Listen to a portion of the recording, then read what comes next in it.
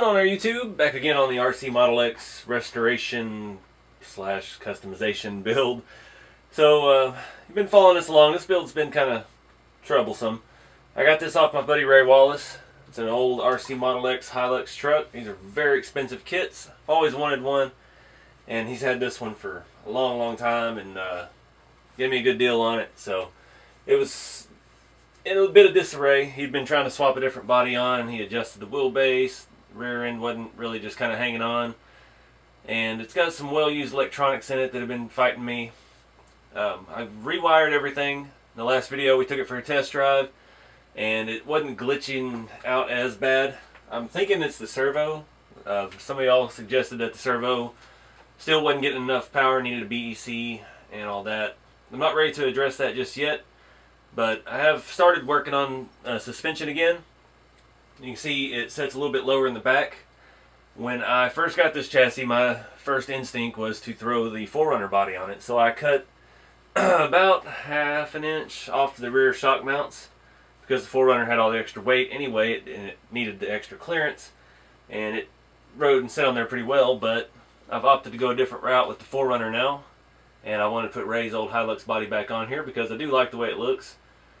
And yeah, so I needed to fabricate some new rear upper shock mounts, and I did that using some spare parts from the ramp truck build. If you remember back to that, I did about 40 different pair of cantilever arms trying to get that air ride suspension to work. And if you haven't seen that, check it out, because it did finally start working, and got everything jiving nice on that. But I have all these matched pieces of aluminum, and that's really what I needed, was something I could bolt to the existing shock tower and raise the point where the top of the shock mounts, kind of back to where it was. It's slightly different, but also you'll notice, we'll show you more of that here in a second, the tires and wheels have changed. I had those really cool 1.9 RC 4-wheel drive Tango down wheels. They're beadlocks. Don't know if they still make them. I know they had them in beadlock and non-beadlock. Old RC 4-wheel drive wheel, and we had some old what were these, really cool mud tires on them. Oh, Trail Busters 1.9s.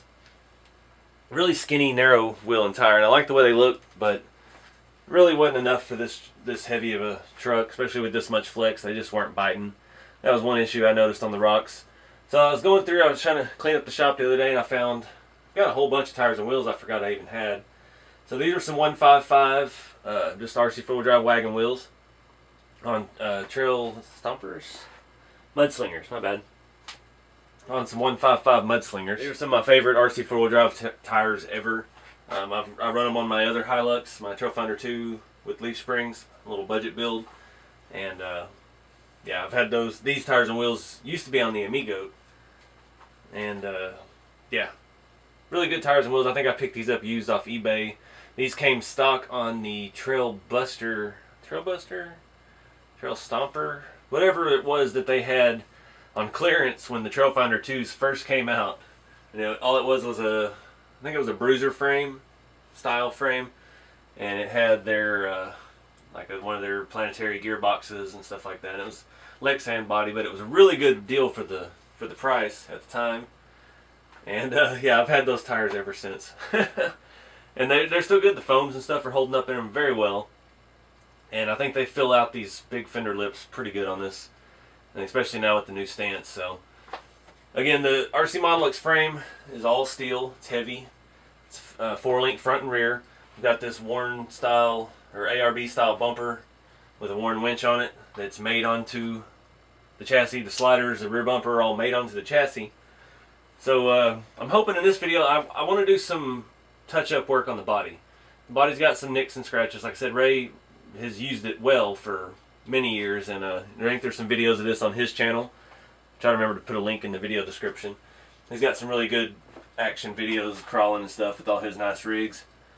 But yeah, I need to do some rust on it. Not anything extreme, but like you can see white plastic a couple spots here and there, and there's like the window trim's not painted. So I don't know if I'm going to go quite that far, but I need to add some more detail to it and you know, make it look a little more realistic. I took the light bar off of the roll bar because it just, those old Tamiya style, this is a Tamiya body, so it's got the shallow bed and all that. So I took the light bars off of the pods off because they stuck up really high. But this body has full LEDs, they all work. It's even got interior dome lights that light up. So yeah, again, I need to invest in some of RC4 Drive's new Mojave interiors. This one could use a new interior, as well as that one's okay. My really rusty one, it could use a new interior, and also my HG P407, the Bruiser clone. I wanted to do a little more detail to that as well. So anyway, yeah. So let me show you what I've done here on the rear suspension. One of those happy little accidents.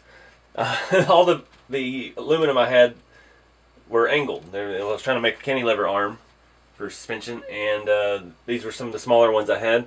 The holes almost lined up with the holes already there. I had to make everything a little bit bigger.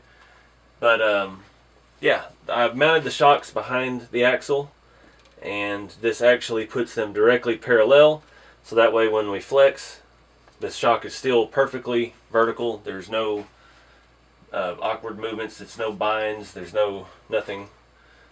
One thing I might like to do, this had some old axial SCX10 shocks on it that were the dual spring, and those seem like they work better. I've run those on several of my rigs. I think I've got those on my other Trailfinder 2 that we're going to put the 4Runner body on. And these single ones, they don't seem to be as smooth. I don't know. Something about the dual spring rate. But I don't have any sets of those at the moment, so for now this is what we got. But those little angle mounts work pretty well.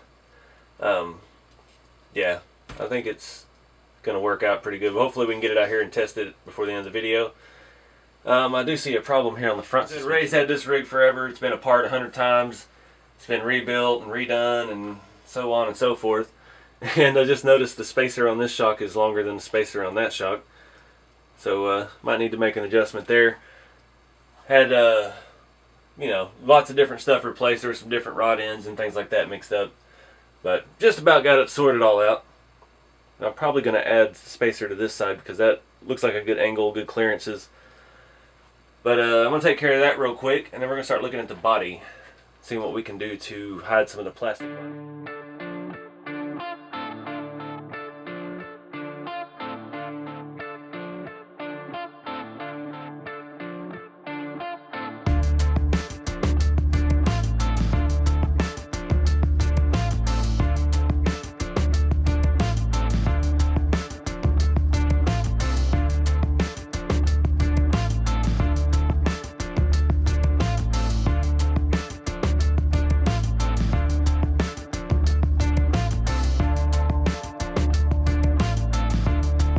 Alright guys, sorry for the fan noise, but it is hot.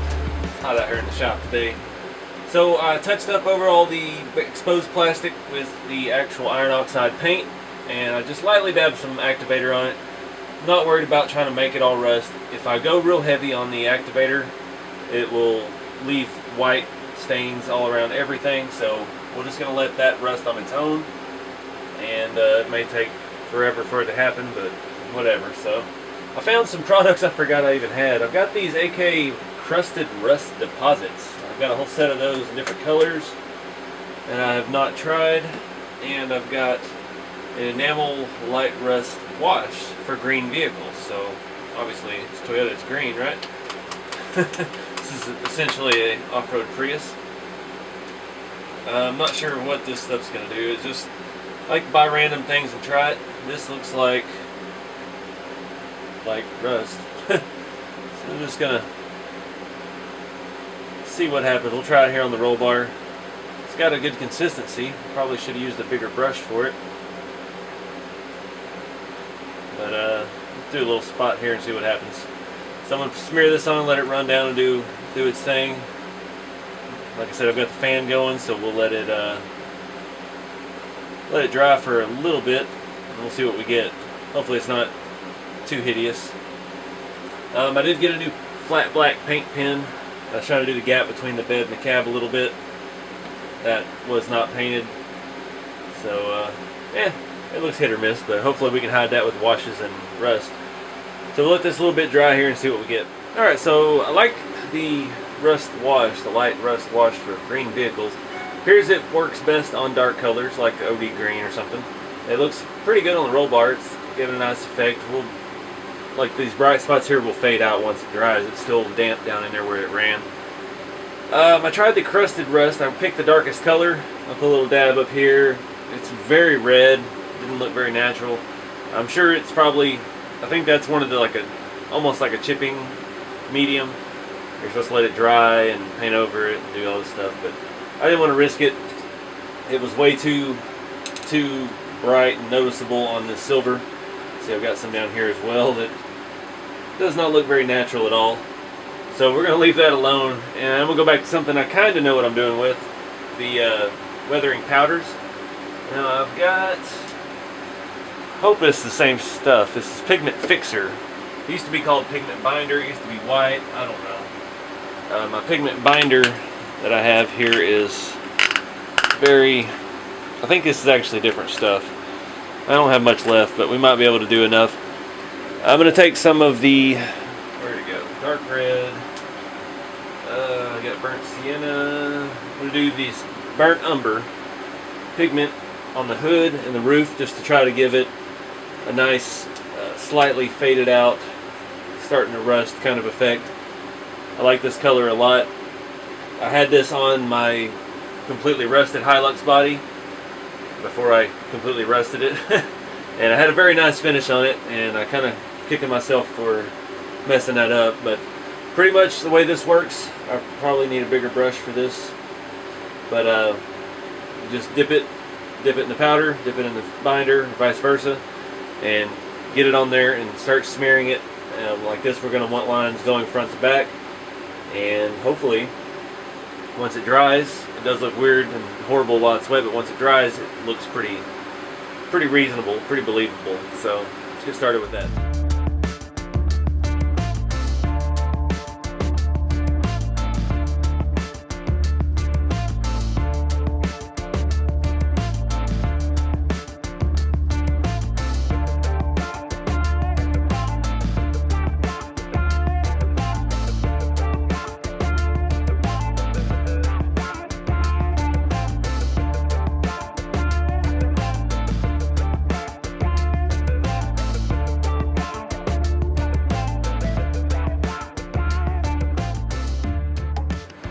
Alright guys, so the Pigment Fixer and the Pigment Binder are very different. One's acrylic and one is enamel, which changes the characteristics of it significantly. I was scraping the bottom of the barrel there for the Pigment Binder, trying to use my powders because it's actually coming out really cool on this silver finish. I've never had one come out quite like that.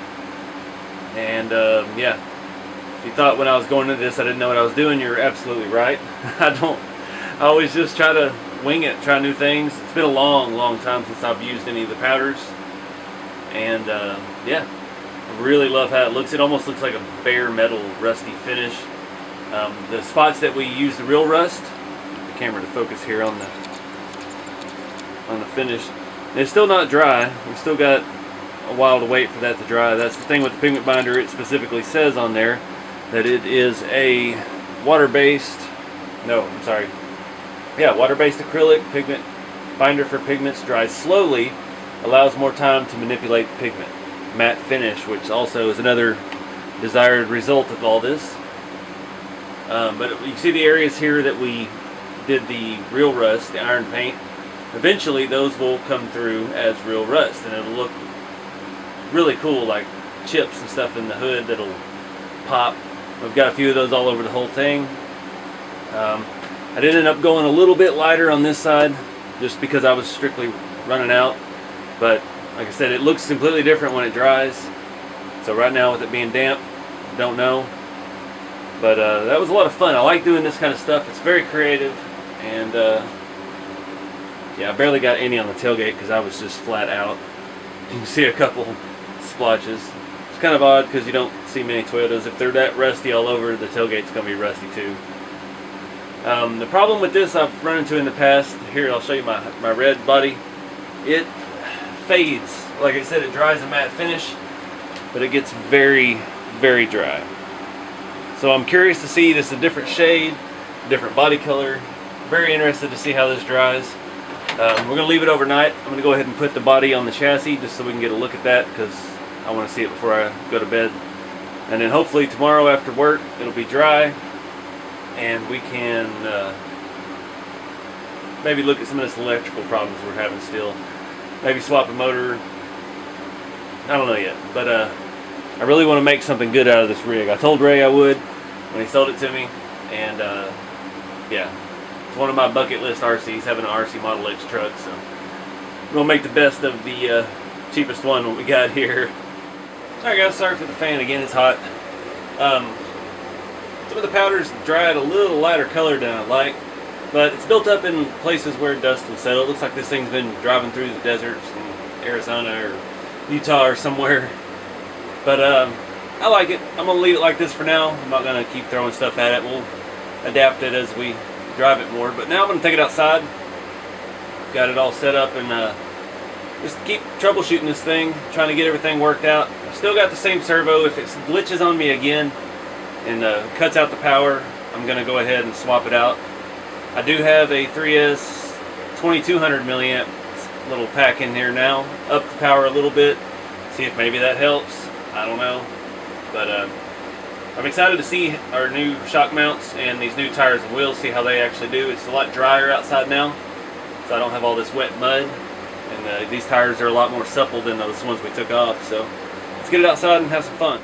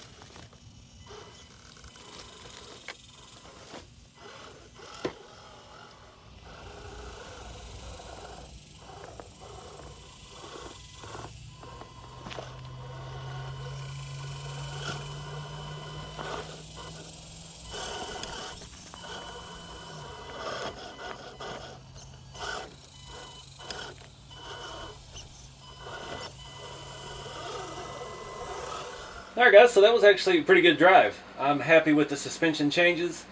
It seemed very stable, even on pretty good inclines. You saw I flipped it over there once, and that was a pretty serious side angle it was on, so I think we're making progress. I'm not sure how I feel about the patina. It looks a little too rocky, so like that orange desert dirt.